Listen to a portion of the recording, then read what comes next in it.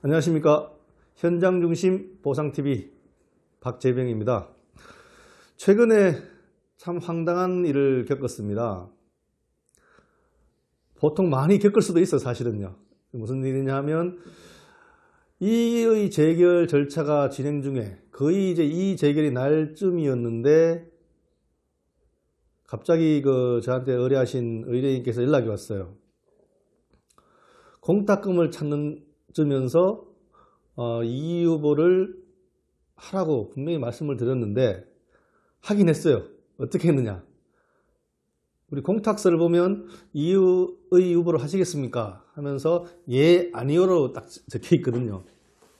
근데 이분은 너무 똑똑하셨는지 모르겠지만 이의 후보를 하시겠습니까? 하면 우리는 어떻게 해야 됩니까? 예에다가 체크해야 됩니다. 예. 이게 당장에 돈을 받는 거에 대해서 이의를 유보한다는 게 아니라 이 보상금에 대해서 이의가 있다. 그리고 어떤 절차에 대해서 이의가 있다.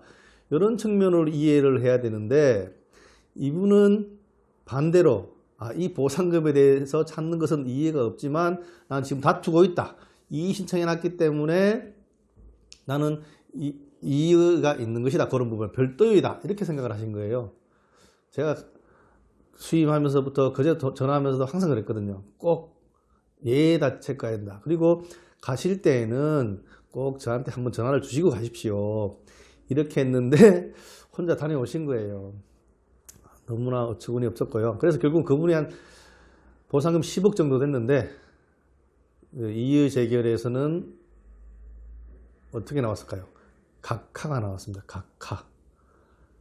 아예 이제 그들도 소송 요건, 행정심판 요건이 안 된다는 거죠. 안에 내용 볼 것 없이 끝난 거다. 이겁니다. 각하라는 것은. 기각이란 건 뭡니까? 내용을 살펴보니까, 네가 주장하는 게 안 맞다. 이게 이제 기각이고, 각하는 볼 필요도 없다. 아예 안 보는 거예요. 내용 자체를. 얼마나 억울합니까? 그런 경우가 이번 경우입니다. 그래서 우리가 보상금을 수령할 때는 이의 유보를 반드시 해야 됩니다. 다시 한번 강조하지만 우리 공탁금 통지서 그리고 보상금 청구서에는 반드시 이의를 유보하고 수령함이라고 기재를 하고 체크를 하셔야 됩니다. 그래야만이 다음 절차, 우리가 법에서 보장하는 절차, 이의 재결, 행정소송, 보상금 증액소송에 대해서 우리가 주장을 할 수 있거든요. 그게 안 돼 있으면 보지도 않습니다. 내용을. 요 사안인데 요거와 관련해서 참 오해가 있는 건지 잘 모르고 있는 건지 이제 좀 제가 정리할 필요가 있다 이런 생각이 들어서 이렇게 이제 앉아 있는데요. 뭐냐 하면 제가 최근에 겪은 사례인데 협의 단계, 먼저 협의 단계에서 보상금 협의 단계에서 협의서 쓰면서 이의를 유보하면 돈을 받을 수 있다 이렇게 얘기하시는 분들이 계세요. 모르고 하시는 분들이죠. 처음에 어디 일정한 교육기관에 와서 교육을 대충 적당히 받으시고 이제 업무를 이제 시작하시려는 분들이겠죠. 전문가는 그런 실수 절대 안 합니다. 왜 그렇겠습니까? 협의 단계에서는 단순한 사법상 매매 관계거든요. 그쪽에서는 웃겠죠. 사업 시행자는 야 네가 팔면 팔지 무슨 이의 유보야 이렇게 동네 바보 됩니다. 협의 단계에서는 이의 유보란 게 있을 수 없습니다. 아예 안 파는 거지요. 보상의 협의를 응할 수 없으니까 수용 절차로 진행하자 이렇게 되는 거지. 거기서 이의 유보하고 돈을 받을 수 있니 이런 얘기는 절대 갓 교육 받으신 분들 절대 명심하시고요. 그렇게 절대 그런 안내는 절대 하시면 안 됩니다. 그런데 이제 우리가 협의 단계에서 이제 보상 협의를 통해서 받는 것이 어떻게 보면 가장 좋은 해결 방법일 수 있어요. 자기가 그 보상금에 대해서 만족을 한다면 받아야 되겠죠. 그리고 다른 투자처나 자기가 활용할 수 있는 부분이 있다면 충분히 받아야 되죠. 자기가 만족하고 있다면 굳이 수용 재결이나 이 소송까지 갈 필요는 없는 게 사실이죠. 그런데 이제 좀 참고로 해야 될 게 일반 사업 시행자가 국가나 지방자치 단체일 경우에는 크게 좀 문제가 덜 될 수 있는데 근데 제가 현장에서 가다 보면 재개발 지역에서는 상당히 조심하셔야 돼요. 특히 현금 청산자들 분들은 좀 조심하셔야 되는 게 협의 금액이 만족스러워요. 사실 만족스러울 수 있죠. 없을 수도 있고 근데 만족스럽다고 했을 때 한번 좀 고민을 하고 하셔야 될 부분이 있어요. 뭐냐면 아까도 말씀드렸지만 현금 청산 보상 협의 통지를 받아서 협의 단계에서 계약을 하면 사법상 매매라 그랬어요. 그럼 어떤 문제가 생깁니까? 내가 돈 받고 끝나는 게 아닙니다. 내 혼자 살면 그런 걱정할 필요 없죠. 만약에 장사를 하는 영업 손실을 받을 수 있는 세입자가 있다. 임대차, 주택으로 사용하는 세입자가 있다. 이럴 땐 반드시 고민을 하셔야 돼요. 어떤 문제가 있겠습니까? 내가 보상 협의를 해서 매매로 넘기는 상황에서 내 집에 세입자가 있으면 그 사람을 어떻게 처리해야 됩니까? 한 번 좀 생각해 보셔야 됩니다. 뭐 조합에서 본인들이 알아서 하겠다. 이렇게 하면 고맙죠. 그런 것도 반드시 한번 협의를 하셔야 돼요. 그거 없이 그냥 무턱대고 보상금 좋으니까 많으니까 받아갔다 사인 해버리면 상당히 곤란한 경우가 있을 수 있어요.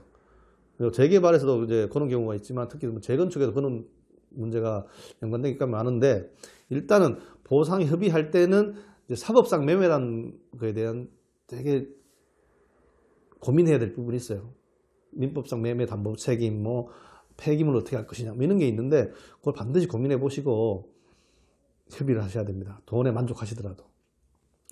그리고 이제 협의 단계에서 우리가 보상금에 만족을 못하고 그리고 어떤 세입자 처리 문제라든지 이런 문제가 돼서 어쩔 수 없이 수용 재결을 간다. 그랬을 때는 어떻게 받을 수 있습니까? 수용 재결이 나면 먼저 이제 사업 시행자는 보상금 협의 통지를 보내죠. 협의 통지. 그게 더 협의라 그래요. 그러면 그거 각종 서류를 제출하면 주겠다. 이렇게 나오면 그렇게 받을 수도 있어요. 서류 제출하고. 일단은 협의를 통해 서류를 제출하고 받을 수 있어요. 두 번째 방법, 공탁이게 되겠죠. 서류를 제출 안 하고 돈을 안 받으면 결국은 수용 개시일이라는 게 있는데 그때까지 보상금을 공탁을 합니다. 그럼 공탁금을 찾는 방법이 있어요. 그래서 협의가 와서 서류를 내고 내가 청구서를 제출하고 받는 방법과 공탁금을 수령하는 방법, 두 방법이 있는데 어찌되었건 다음 절차로 가려면 아까 말씀드린 것처럼 보상금을 청구해서 서류를 제출하더라도 보상금 청구서상에는 이의 유보라는 걸 꼭 적으셔야 돼요. 어디다 적든지 적어 놓으셔야 돼요. 글씨 못 써도 괜찮습니다. 근데 자료를 남겨 놓으셔야 되고요. 그리고 공탁금을 찾으신다면 공탁금 통지서에다가 반드시 이의를 유보합니까? 예에 체크해야 됩니다. 예입니다. 예. 체크하시면 기본적으로 다음 절차로 진행이 됩니다. 다음 절차에 진행되는데 여기서 이제 좀 더 드리고 싶은 말씀은 청구서를 통해서 그리고 공탁을 통해서 받을 수 있는 두 가지 방법이 있다고 그랬습니다. 여기서 우리가 참고해야 될 것은 이제 내 집이다 만약에 토지다 거기에 건저당권이 설정되어 있다. 은행에서 잡았다든지 다른 다양하게 설정된 채권자는 있겠죠. 일단 간단히 쉽게 은행에서 저당권을 설정해 놓았다. 이랬을 때 어떻게 됩니까? 1차적으로 사업 시행자한테 돈을 달라 그러면 일단 저당권이 설정되어 있는데요. 일반적으로 그렇게 얘기합니다. 일반적으로 설정으로 되기 때문에 안 됩니다. 은행하고 얘기하고 오십시오. 이렇게 얘기해요.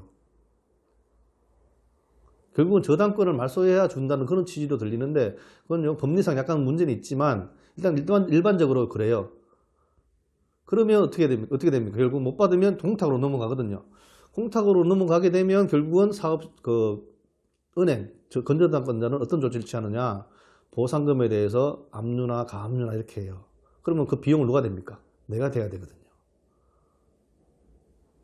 그런 문제가 있어서 보상금 적은 것도 억울한데 압류, 가압류 비용도 물어야 되는 그런 사태가 발생하는데 그래서 이제 좀 협조를 해야 되는 게 청구서 이제 은행하고 얘기를 해서 사전에 조율할 수 있습니다. 사업 시행자에게 어떻게 하겠다 조치를 하면 바로 청구서를 내면서 은행하고 나에게 별도로 줄 수 있는 그렇게 조치가 가능하거든요. 충분히. 일부 경험이 없는 농협도 경험 많으신 분 많지만 일부 여기서 말씀하는 일부 경험이 없는 금융권에 있는 분들은 그걸 잘 몰라서 못하는 분들이 있어요. 그런 것들은 이제 또 얘기하면 되는데 얘기 안 하면 그냥 나 몰라라 하거든요.